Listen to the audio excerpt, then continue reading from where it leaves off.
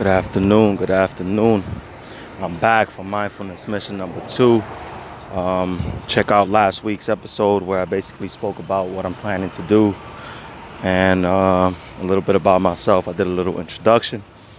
In this, session, I just kind of want to talk about something that I battle daily. This beautiful sky in the background. Anxiety and overcoming anxiety. So the reason I wanted to talk about this is because it's difficult. It's something that we all manage at one level.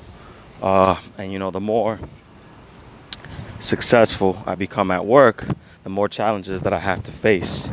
And, the older I get, just the more bullshit that I deal with and that we all deal with. So I figured this might be a little helpful. So managing anxiety and what it is and how I've come to understand it and kind of battle it. Now, let me say this. Number one, what I will introduce today is not a super cure. It's not going to heal everybody. It might work for some and it might not work for others. But the reason I present it is because it's been useful in my life. And as I've aged, I've needed it more and more. So obviously meditation is number one, working on self-awareness. But then there's another thing that we don't, or I haven't introduced yet. It's called CBT, and that's known as cognitive behavioral therapy.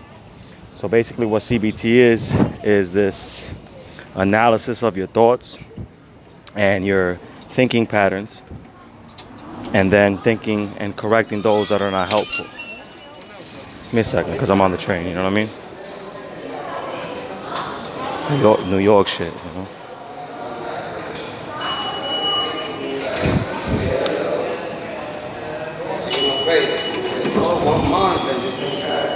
All right, I'm back. So CBT, basically, like I said before, it's monitoring thought patterns, understanding why you think the way you think, and then correcting negative thought patterns or patterns that slow you down. So simply put, it's thoughts trigger feelings, feelings trigger behaviors, and then it's a continued cycle. So if you could change the thoughts, in theory, you could change the behaviors and the way you feel. So I was looking deeper into it, and that's just an introduction. Now, how do you control your thoughts? Like, how do you really think about what you think about? Number one, like I said, is meditation and self-awareness. Start to feel the energy when you think a certain thought. And if obviously something is bothering you, thought is bothering you, then it's on your mind for a reason. You have to entertain that thought instead of ignoring it. We've been trained to ignore thought as opposed to dealing internally with real thought. And that's why I believe a lot of people get sick and very stressed, because they don't address the thought when it happens. They push it away. This is white hair for wisdom. But, that's pretty much what I wanted to say with that. I introduced CBT a little bit because I don't also want to throw too much out there and then just sound too spacey. But that's what I wanted to refer to with CBT. And then I'm going to give you something else. Don't quote me exactly. But I was reading into CBT, and one of the things that they do is called the functional behavioral assessment, give or take. So basically, I like gambling, right? So a thought that I have about gambling is that I'm always going to win, which is not true. So in order to stop myself from gambling more, which is a negative when it becomes excessive, one of the things that I've done is used a functional behavioral assessment. So I sit there and I think, okay, do I always win? No. So why do I think I'm always going to win? And then play as if I'm always going to win. What I should be doing now is thinking more about the truth, which is you don't always win, so don't risk that much. So that's just an easy way to override a thought. And I'll give you one more because I'm feeling pretty good. When you're faced with anxiety or higher levels of anxiety, step one, obviously become aware of what you're feeling.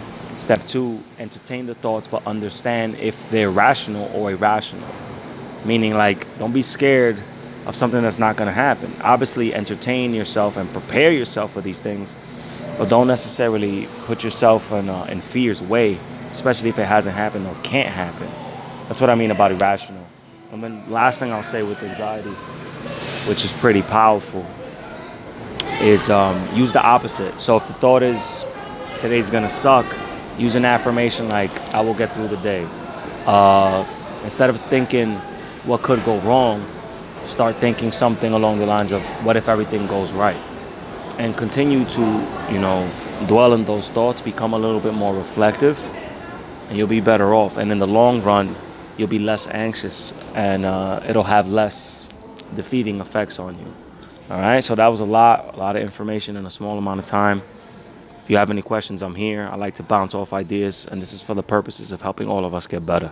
It's not about me anymore. It's about improving the community. So if y'all want to talk, I'm here. Message me, comment. I'm interested in feedback, any questions you have, and holla at me. Thanks, man.